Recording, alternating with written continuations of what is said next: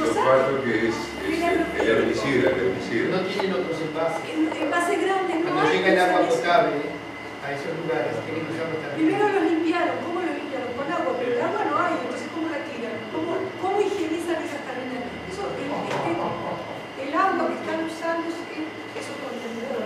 Perdóname, era un gatito. No, inclusive Isabel, te agradezco eso porque es muy importante. Es un dato que como dice son datos que justamente era lo que decía antes, ¿no? La vivencia directa que ellos tienen, tanto Isabel como Gonzalo. Es por eso, ¿no? La importancia y el privilegio.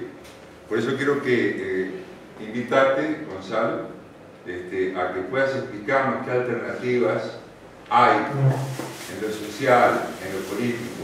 Tú verás. Sí. Entonces, démosle la bienvenida a Gonzalo nuevamente.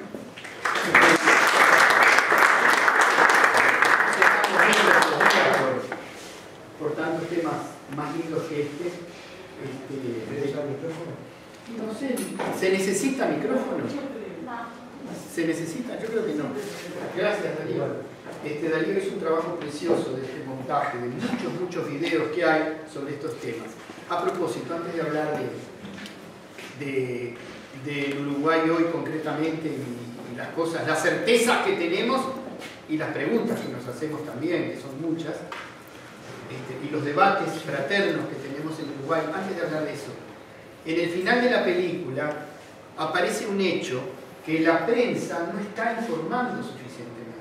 Y es que por primera vez en Montevideo, a las marchas de los ambientalistas, a las marchas de protesta, se suma cientos y cientos de hombres y mujeres a caballo que se meten por 18 de julio.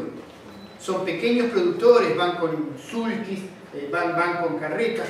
Y realmente a mí a veces se me hace un nudo en la garganta cuando estoy en Montevideo, porque me gusta tanto el campo, ver esa nueva conciencia. Y son adolescentes, yo no sé si se vio en la última parte de la película. Son muchachos jóvenes que no quieren irse del campo.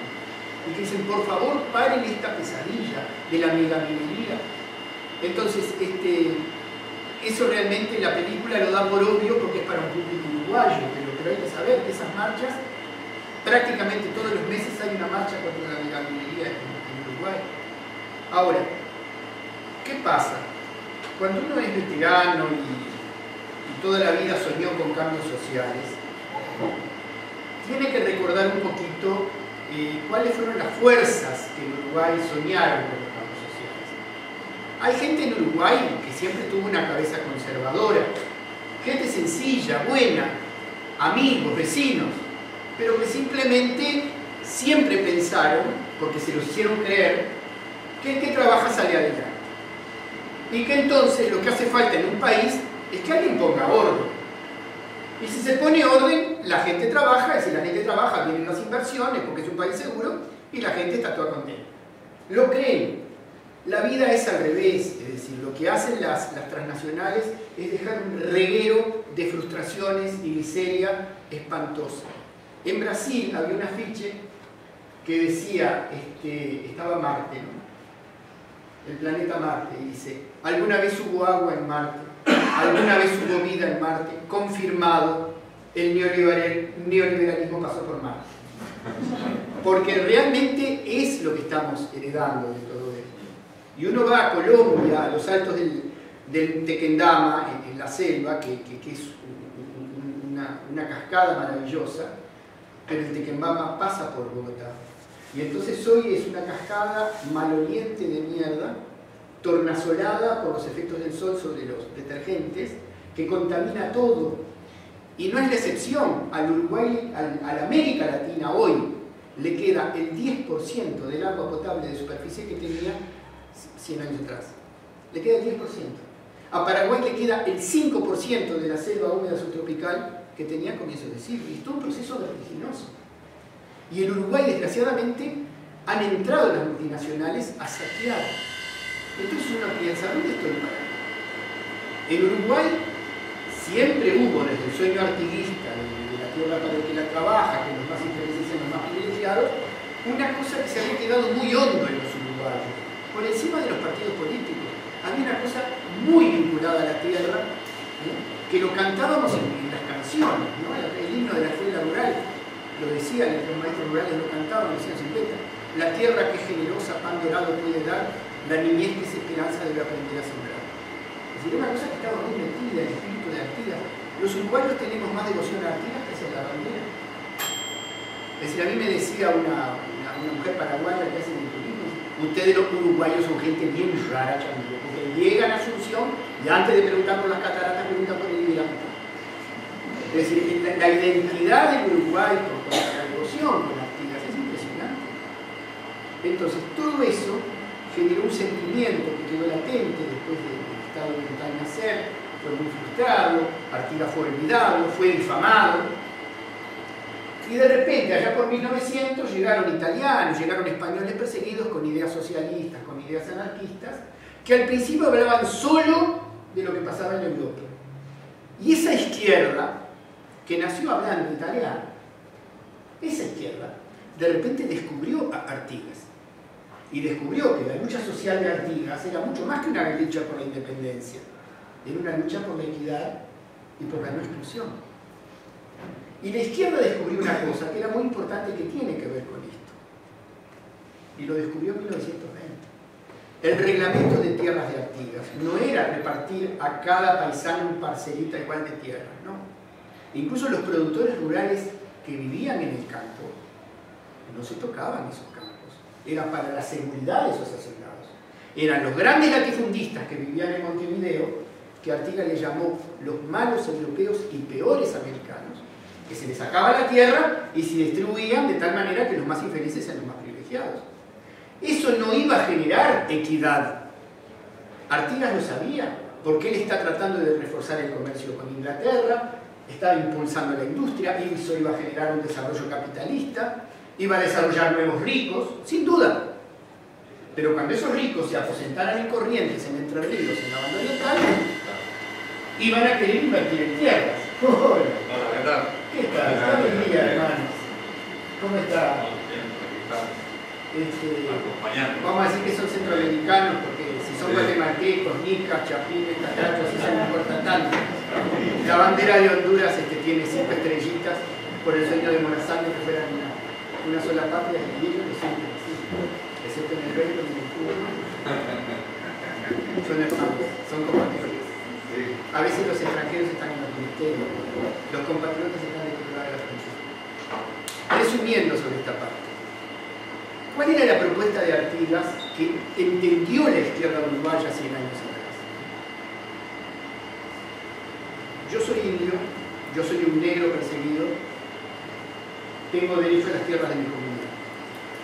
También tengo derecho a ir a la escuela de la patria, donde aprendo lectoescritura, donde aprendo aritmética, y con ese bagaje puedo ir a Montevideo a tratar de criarme.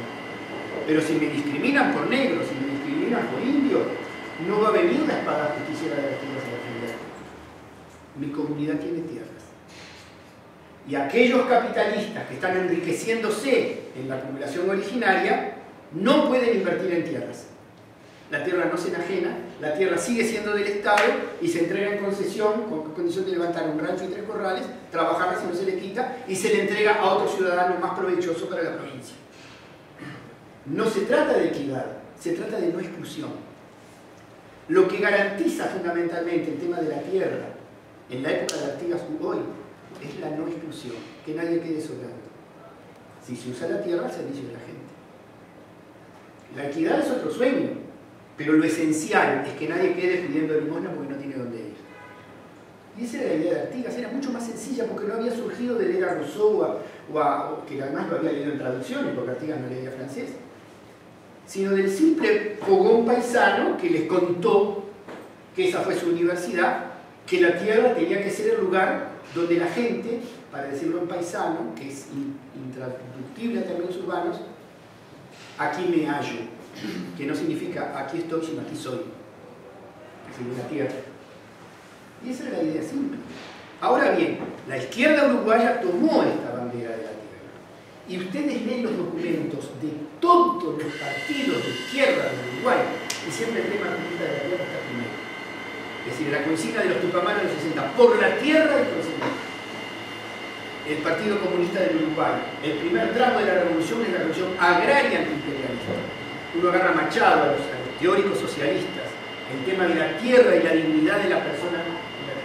¿Qué pasa en el siglo XXI? Nos seducen con una educación moderna, con ceibalitas, a los efectos de generar una capacidad tecnológica nueva. Y eso está bien. ¿Pero para qué? En la medida que la robotización, la automatización de la producción de los servicios genera tecnologías de punta, la máquina sustituye al trabajador. Se acabaron las fábricas de trabajadores, en cine y en Montevideo. Por lo tanto, los puestos calificados son cada vez para menos gente.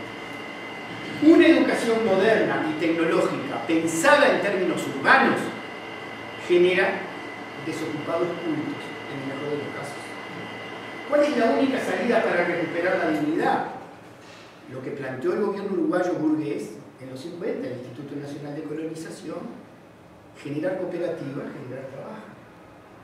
Y para nosotros, la gente que nos sentíamos de izquierda porque entendíamos que el cambio era necesario, con los mil matices que teníamos entre nosotros, había una cosa que no se discutía, que era el tema de la tierra. Pues bien, llega un momento en que nuestra angustia se vuelve desconcierto, porque a partir de los años 80, a partir del año 2000, empieza un proceso que desgraciadamente el Frente no revertió. El Frente no empezó, pero tampoco revertió. A ver, cuando en los 60 los cañeros venían a Montevideo pidiendo tierras, la tierra estaba hecha latifundio, pero el latifundio nos esperaba ahí con toda su fertilidad. A partir de los 80, cuando vienen las empresas con la forestación, después con los monocultivos transgénicos, después con la contaminación, después con la fumigación aérea, el latifundio sigue ahí, pero cada vez el recurso de tierra se va destruyendo, el agua se está contaminando y el agua va desapareciendo. O sea que el fenómeno es mucho más grave que cuando lo planteaban los cañeros en los 60. Y no hay en la clase política uruguaya ninguna capacidad de reacción ante ese fenómeno de la tierra. Y eso nos angustiaba muchísimo. Algunos amigos, hermanos que yo tengo, que incluso están trabajando para el gobierno, y hermanos no en el sentido solo literal, mi propio hermano, militante del Partido Comunista, que en el programa Yo Sí Puedo, me dice: Gonzalo, te radicalizaste. ¿Tú sabes que yo no cambié un ápice la manera de pensar que tenía en los 60? Pero yo sigo pensando en la forma que pensaba Artigas, que la tierra es esencial. A ese tema de la tierra que nos angustia y nos duele, porque se cierran las venas rurales, este video que vimos en el frente de la Darío, lo pudiéramos multiplicar, ¿no? Es en realidad un montaje muy pequeño de muchísimos videos que se están haciendo en el lugar y que no tienen la difusión suficiente. A todo este tema de la tierra se suman otros temas igualmente graves. Se hace un congreso de educación y se plantean lineamientos de trabajo. Pero el gobierno un poco, y con la mejor buena intención, por favor. El tema es tecnológico. Un niño, una computadora. Entonces yo recuerdo cuando empieza eso, el Congreso Pedagógico había dicho otra cosa, ¿no? Que en los barrios pobres había que hacer buenas aulas de computación, incluso con meriendas, profesores especializados y muy buenas máquinas para que los niños tuvieran acceso a la mayor tecnología con horario extenso. Entonces una maestra de contexto crítico, de un asentamiento, me decía: Gonzalo, yo sé lo que va a pasar. Le entregamos una computadora chiquita a cada niño. En el asentamiento hay familias preciosas que van a recibir eso como una bendición. Y hay familias deshechas, donde el papá, que está en la pasta base, si tiene papá, lo rompe en componentes y los vende en el mercado. Entonces vamos a reforzar la inequidad. No hay condiciones en el Uruguay para un proyecto educativo. Lo dijeron los maestros, lo dijo el sindicato, lo plantearon enérgicamente gente como Miguel Soler, expertos. Y el gobierno entendió desde un punto de vista muy tecnocrático, en ese caso fue el doctor Tabaré Vázquez, que no, un niño en una computadora era la equidad. Y pasó lo que pasó. Los indicadores de la educación en Uruguay dan dos elementos muy claros en el día de hoy. Primero, la expansión, y segundo, el deterioro de la calidad. Y vaya si se logró una expansión, porque el programa Yo Sí Puedo del gobierno del Frente Amplio logró una expansión muy importante y detectó una cosa que los partidos tradicionales habían engañado, que en Uruguay había más de 100.000 analfabetos adultos en zonas urbanas, y eso lo destapó O sea que a partir de ahí, a través del programa Yo Sí Puedo, gracias a la ayuda cubana, se expandió el servicio de educación de adultos. Pero al mismo tiempo, ese proyecto disminuyó terriblemente la calidad por un empobrecimiento del proyecto y sobre todo porque el sujeto popular, la nueva pobreza, no logró vencer la desesperanza, que es la diferencia entre la pobreza que surge en los años 60 y la pobreza que había en los conventillos, los cuarterías de los años 30. Era una pobreza con esperanza. Ahora la pobreza con desesperanza no se siente motivada. Porque una muchachita de un asentamiento que a los 13 años ya le faltan los dientes y que para ir a un baile tiene que fumar para poder sonreír socialmente y taparse la boca, sabe que no puede ser cajera de un supermercado. Porque no la aceptan sin dientes. Y menos si vive en un asentamiento. Porque dice, sí, esta muchacha podrá ser buena, pero después en el barrio lo obligan a entregar el asalto. Entonces, ese tema, la educación uruguaya, por no atender el Congreso de los Docentes, tampoco estableció políticas claras. Ahora los docentes piden aumento de sueldo y es justo, pero si el gobierno uruguayo duplicara el salario de los maestros, sería muy bueno desde ese punto de vista, pero no resolvería el problema de fines y objetivos, porque no hay un proyecto educativo en Uruguay y eso también nos angustia. En tercer lugar, el tema de las libertades transnacionales, y en cuarto lugar, el otro tema que nos angustia es el tema militar. Es decir, en Uruguay, por ejemplo, tiene tropas en Haití.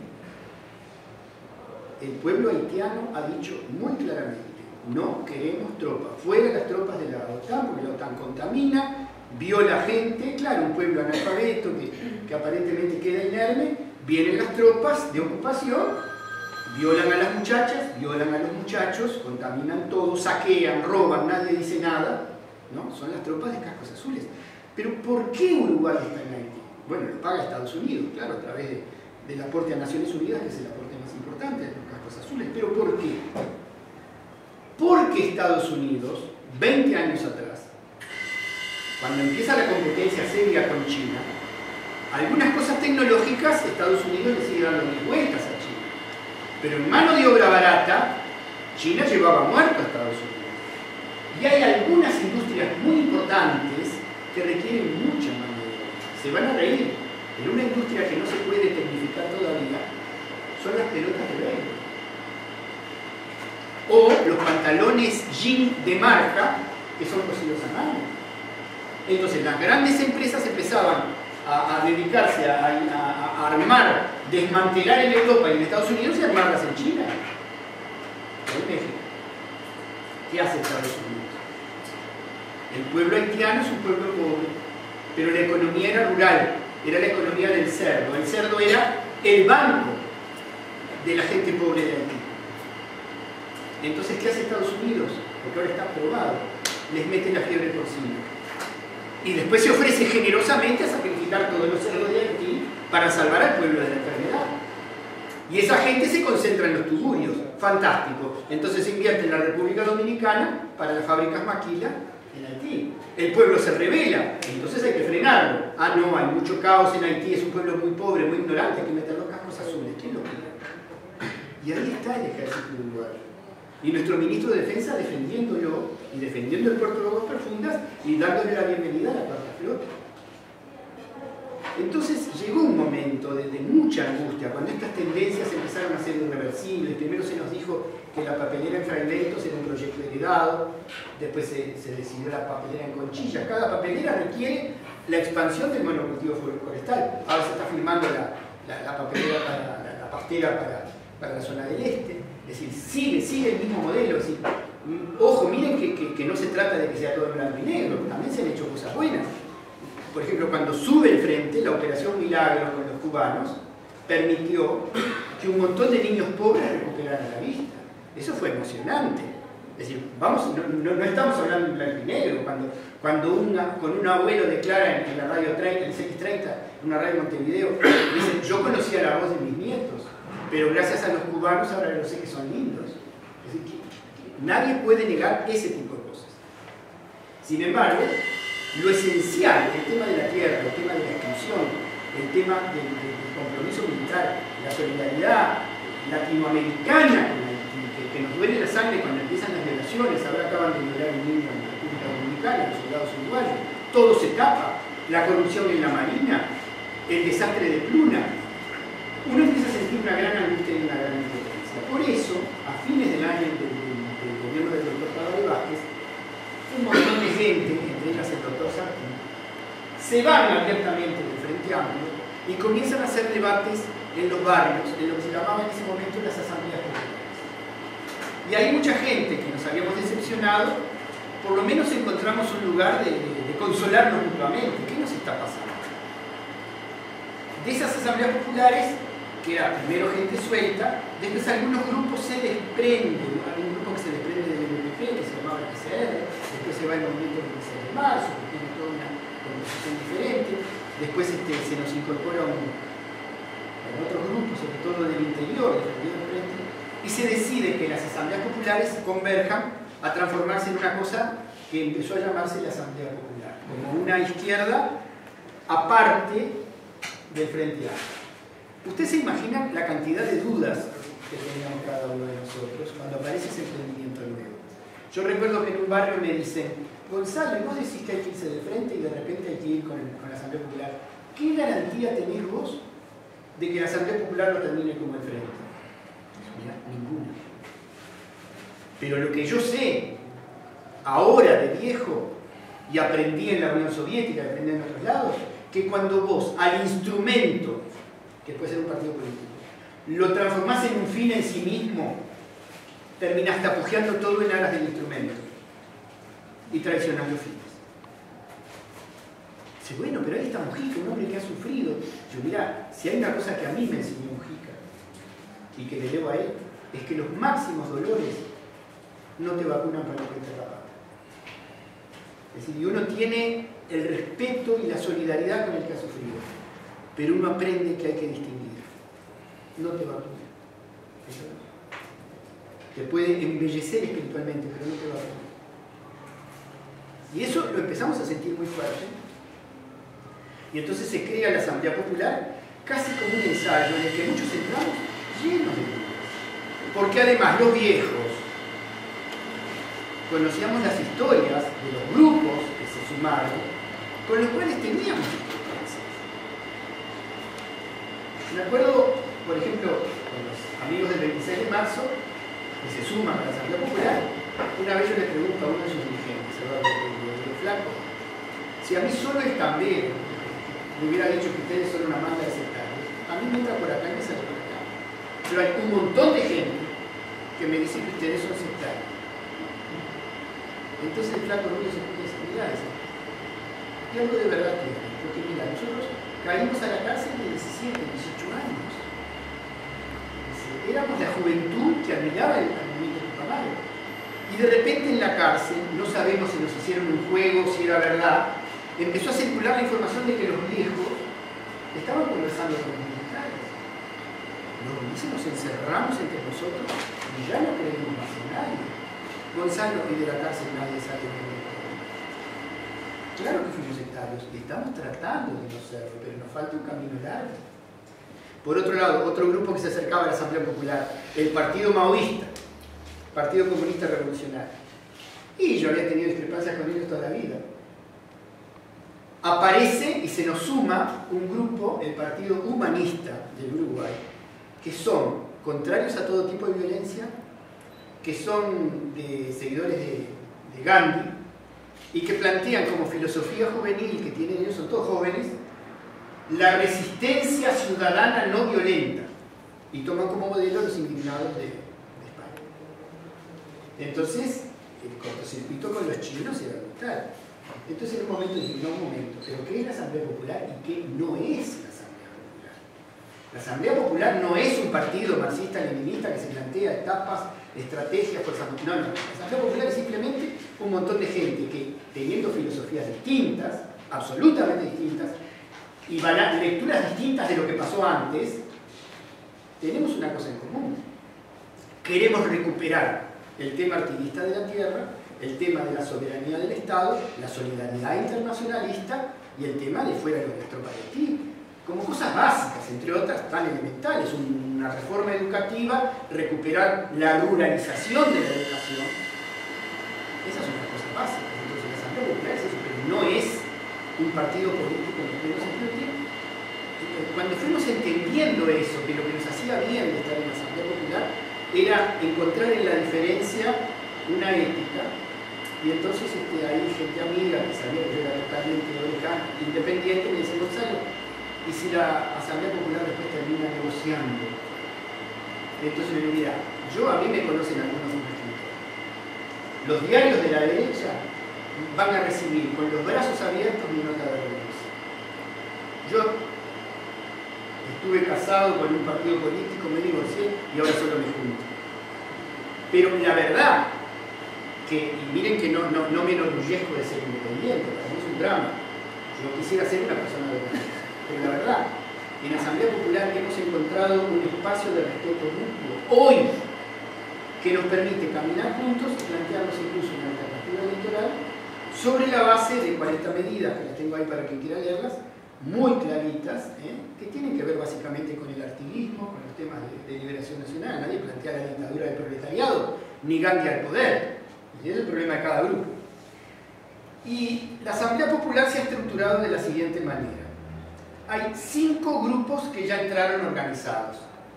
El 26 de marzo, el PCR, el Partido Humanista, que es muy interesante, es un partido solo de jóvenes cuyas movilizaciones fundamentales en Uruguay habían aparecido por el tema ambiental, contra la minería y por la defensa de los derechos de los homosexuales y las lesbianas.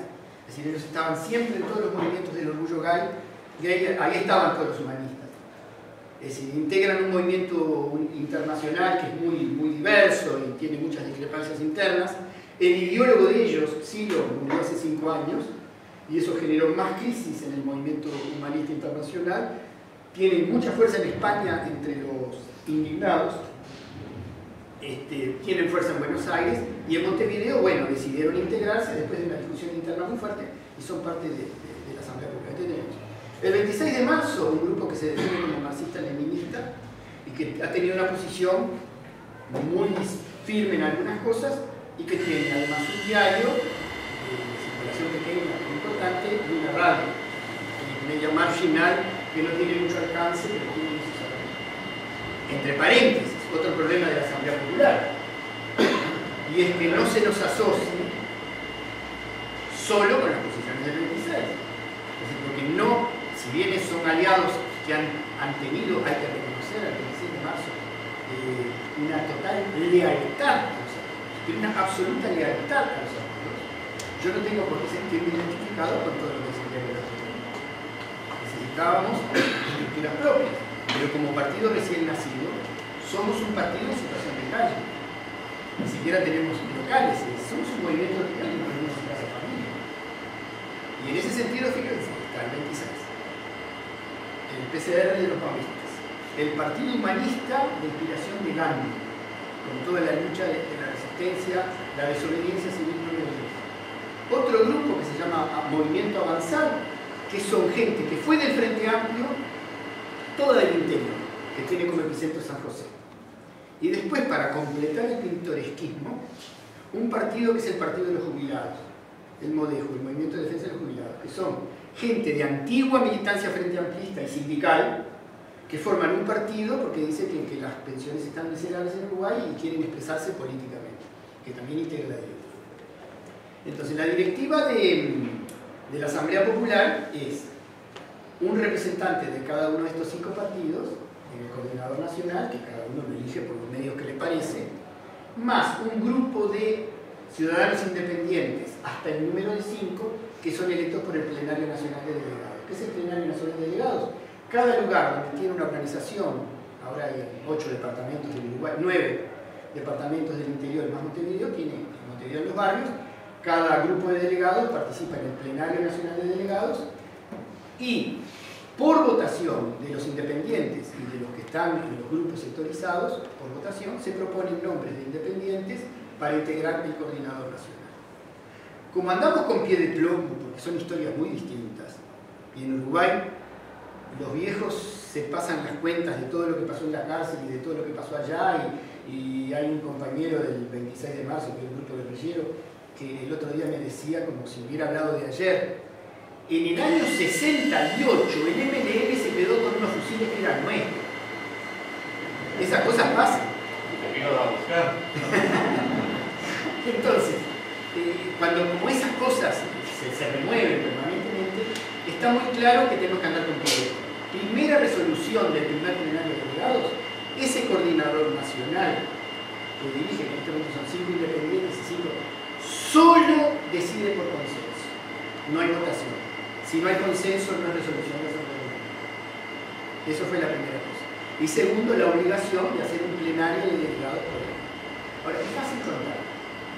Pero un plenario de delegados para un partido que tiene que reunirse en el local de los humanistas, en el local del 26, en una burla, que sé que generosamente es una local, convocar gente pobre de todo el país, supone. Claro, en Australia puede ser divisorio, los MOBA. Llamar a gente, explicarle cuándo es el plenario, cuándo puede venir. Segundo, enviarles por algún sistema de crédito el pasaje. Tercero, alimentarlos. Y segundo, albergarlos, que eso es lo más fácil. Porque como dice Neruda, en la Oda a mi partido, le dice a su organización, me enseñaste a dormir en la cama dura de mis hermanos. Nadie se hace problema y es una fiesta recibir a un compañero. Pero todo lo demás me está plata. Realmente la democracia es mucho más cara que una cosa más autoritaria. Pero andamos con pie de plomo para no salir ningún verticalazo, ninguna cosa así. Esa es la estructura. Y el plenario de delegados es una cosa maravillosa. Nos estábamos reuniendo una vez en el local del 26, marxista-leninista, ¿no? Y llega el delegado del 33, compañero del interior. Entonces entra con su termo y su mate, no conoce a nadie, me da a mí, se me ilumina la cabeza y se sienta al lado mío. Y puse a mirar así, estaba Lenin ahí. Y me dice, porque, a ver, si hubiera estado, yo que sé, Gramsci, pero parece que Lenin en los libros de secundaria